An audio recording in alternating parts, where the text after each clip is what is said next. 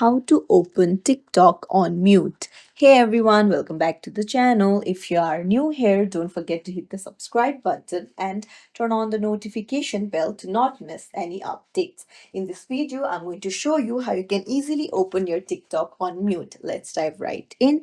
You just need to open up your TikTok and then go to your profile on the bottom right. Go to the three lines in the top right. Go to settings and privacy. Now scroll down and go to playback. Then you can see open TikTok on mute.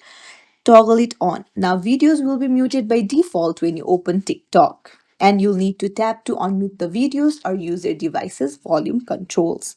So there you go. It's as simple as that. If you found this tutorial helpful, don't forget to like the video and subscribe to our channel for more tips and tricks. Thank you for watching.